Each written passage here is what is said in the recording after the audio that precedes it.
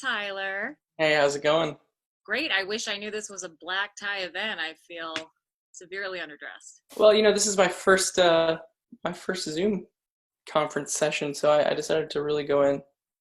I appreciate it, and you're doing great. Thank you for giving our quarantine an anthem. Oh, yeah, well, I guess that happened. Can you talk about the charity tied to level of concern and why you feel so compelled to help?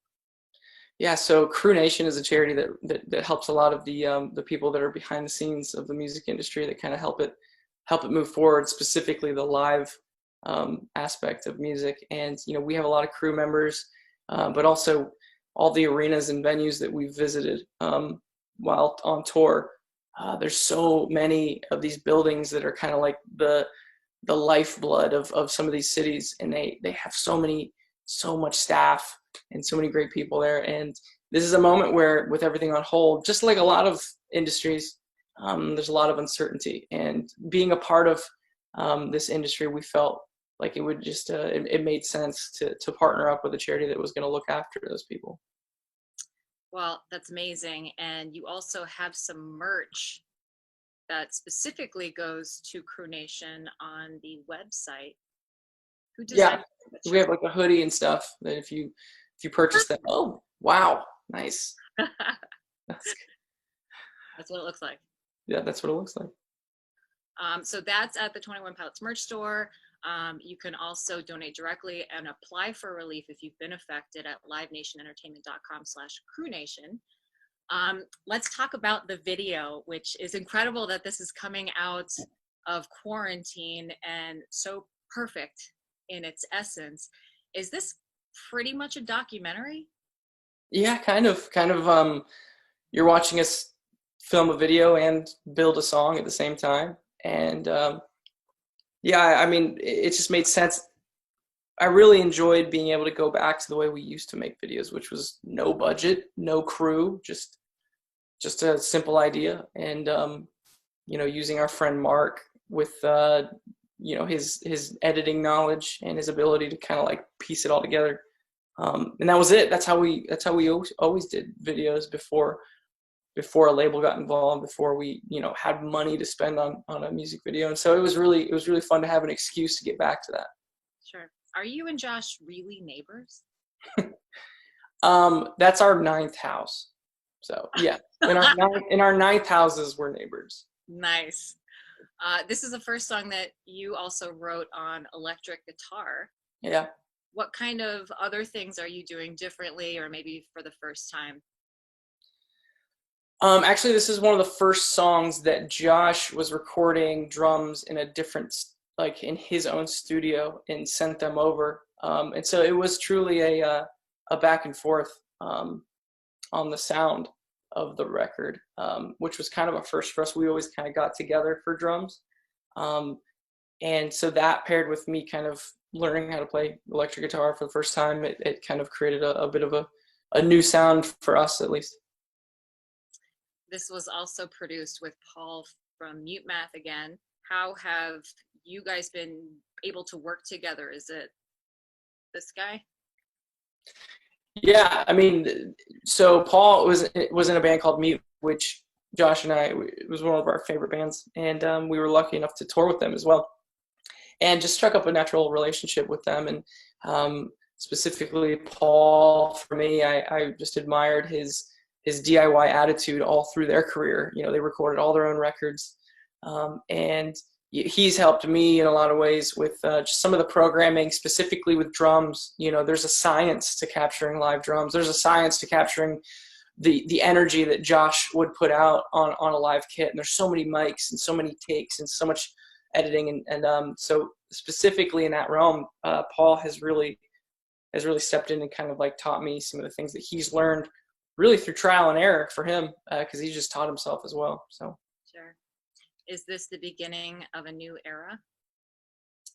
I would say that this is just something in between. Okay. Yeah. A lot of people want to know what's happening to Clancy and. Yeah. No, I think that just it just felt right to release a song now, especially with the content and what the lyrics were saying, and yeah, we tried to not overcommit to something brand new as far as you know, the aesthetics of it all, because we wanted to kind of wait for what we have in store. So Sure. Well, speaking of brand new, somebody's a brand new daddy. yeah, Congratulations. it's fun, man. It's exciting. It's like I don't know. It's scary because I've been so motivated by, you know, bettering myself and outdoing myself, and whether it's chasing, you know, validation or success, or just working hard at something and feeling like you're getting better at something, all these things that motivate a person, all of a sudden this brand new blob of skin enters your life, and you realize that this trumps all of it, all the way to the point where if that blob of skin asked you to quit everything you're doing, you would, which is scary.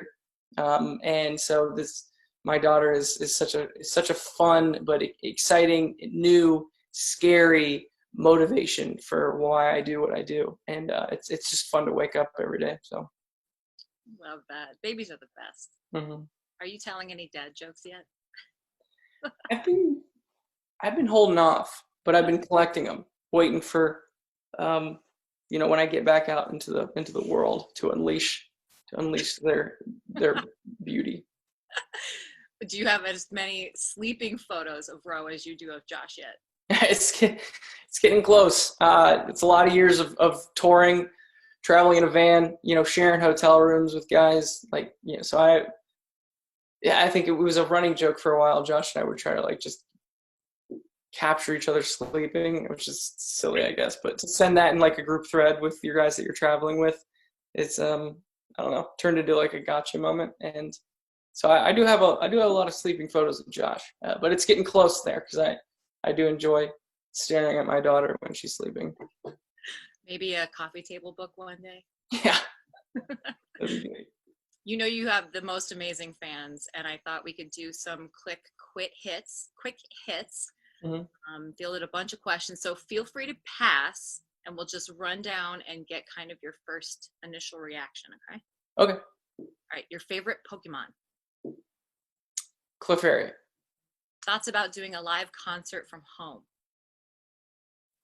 Seems tired. Okay. Well, you seem tired. Yeah. Well. All right, one thing you've learned about yourself during quarantine.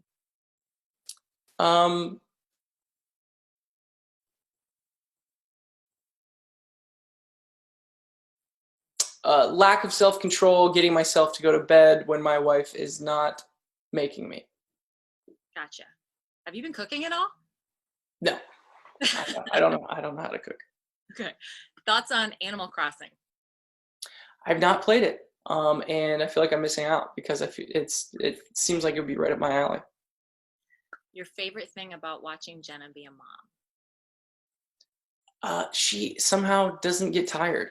I get excited. You know, when I'm rocking my daughter, I just think of it different. Not that I don't love her as much as my daughter loves her, or as much as my wife loves my daughter, but it's just a different connection where if my daughter's crying and I need to rock her, I will count how many times I rock her. Be like, all right, I'm going to rock her 500 times. And then if she's not asleep by then, and that's how my brain has always worked. You know, I count my steps. You know, when I run, you know, I count breaths. Like, I don't know, I'm kind of weird that way. But my wife just is perpetually giving herself up to this thing, no matter what. And I'm a little more, I don't know, regimented in the way that I'm loving my daughter at this point. So it's fun to watch. It's fun to watch my wife just live this and kind of realize that she was, you know, made for this. Do you sing your own songs to Ro? Songs I'm working on. Yeah. Okay. Ooh, so there's a lot more, or? Yeah. Oh yeah. I've written a ton of little tiny weird ditties that I sing to her that then I realize, oh, let me grab my phone and record a voice memo real quick because that might actually be something. But a lot of it's nonsense. But yeah, no, always working on stuff. Do you want to give us a little ditty right now? Um,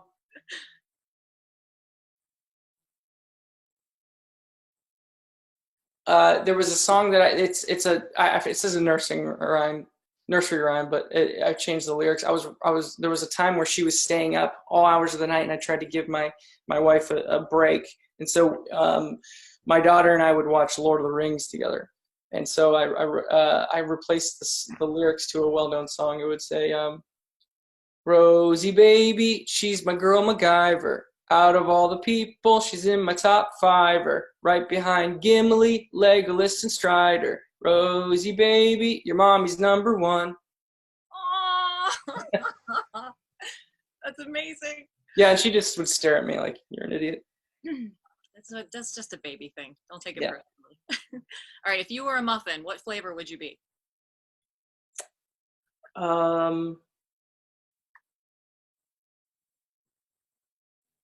Is there like a burrito flavored muffin?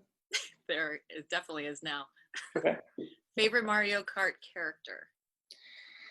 Yoshi is my favorite character, but in Nintendo 64, Bowser is by far the best character because of his weight and his top speed and his inability to spin out. Wow. What is your spirit animal? I guess when I was a little kid, I would say cheetah. It was always tied between that and spider monkey. Who is Michael and Julia? I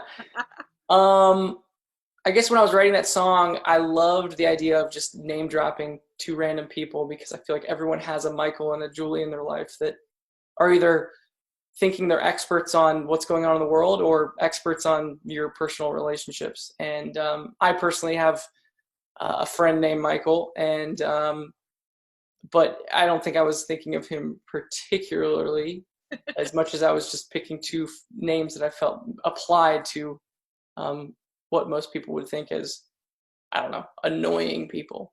Sure. Well, hopefully Michael and Julia are having a great quarantine. Yeah. What is the perfect ratio of mac and cheese to ketchup? You know, the better the mac and cheese, the less ketchup you need. It's the truth. So if you make me mac and cheese and I ask for ketchup, that's a strike one. I shouldn't need the mac and cheese, but I shouldn't need the ketchup.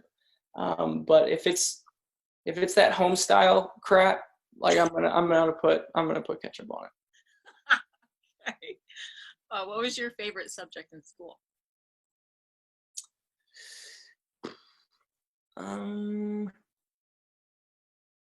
I don't think I've ever been asked that. Seems like one I'd be asked all the time. I hated math. I guess I would say history. Okay. If Josh was a food, what food would he be? Gosh, that's such a good question. I really don't want to blow this.